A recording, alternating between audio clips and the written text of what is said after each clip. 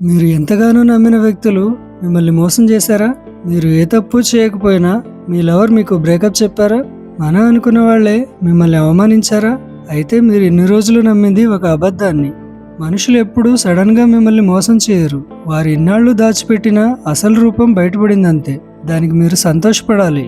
ఇప్పటికైనా ఆ ఫేక్ మనుషుల నుండి బయటపడినందుకు. నిజానికి కొత్త వాళ్ళు ఎవరూ మిమ్మల్ని మోసం చేయలేరు. ఒకవేళ చేసినా అది ఎక్కువగా బాధని క్రియేట్ చేయలేదు. ఎవరినైతే మీరు ప్రాణంగా ఇష్టపడతారో, ఎవరినైతే ఎక్కువగా నమ్ముతారో వాళ్లే మోసం చేయగలరు. నమ్మిన వాళ్లే మోసం చేయడం బాధగానే ఉంటుంది, కానీ తప్పదు. వాళ్ళ నుండి బయటకు రావాల్సిందే. కాలికి షుగర్ వస్తే ఆ కాలిని తీసేయాల్సిందే.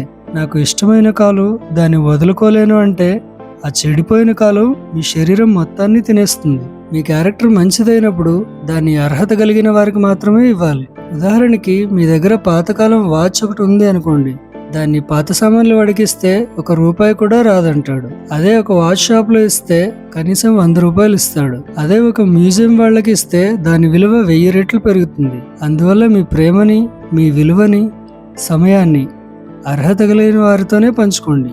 ఉద్యోగం, నమ్మకం, ప్రేమ ఒక చోట మీరు కోల్పోతే అంతకు మించిన మంచి అవకాశం మీకు వస్తుందని నమ్మండి.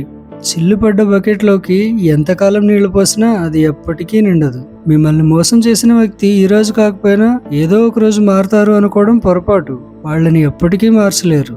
మారాల్సింది మీరే. వీడియో నచ్చితే లైక్ చేసి ఛానల్ని సబ్స్క్రైబ్ చేయండి. Thanks for watching. నమస్తే.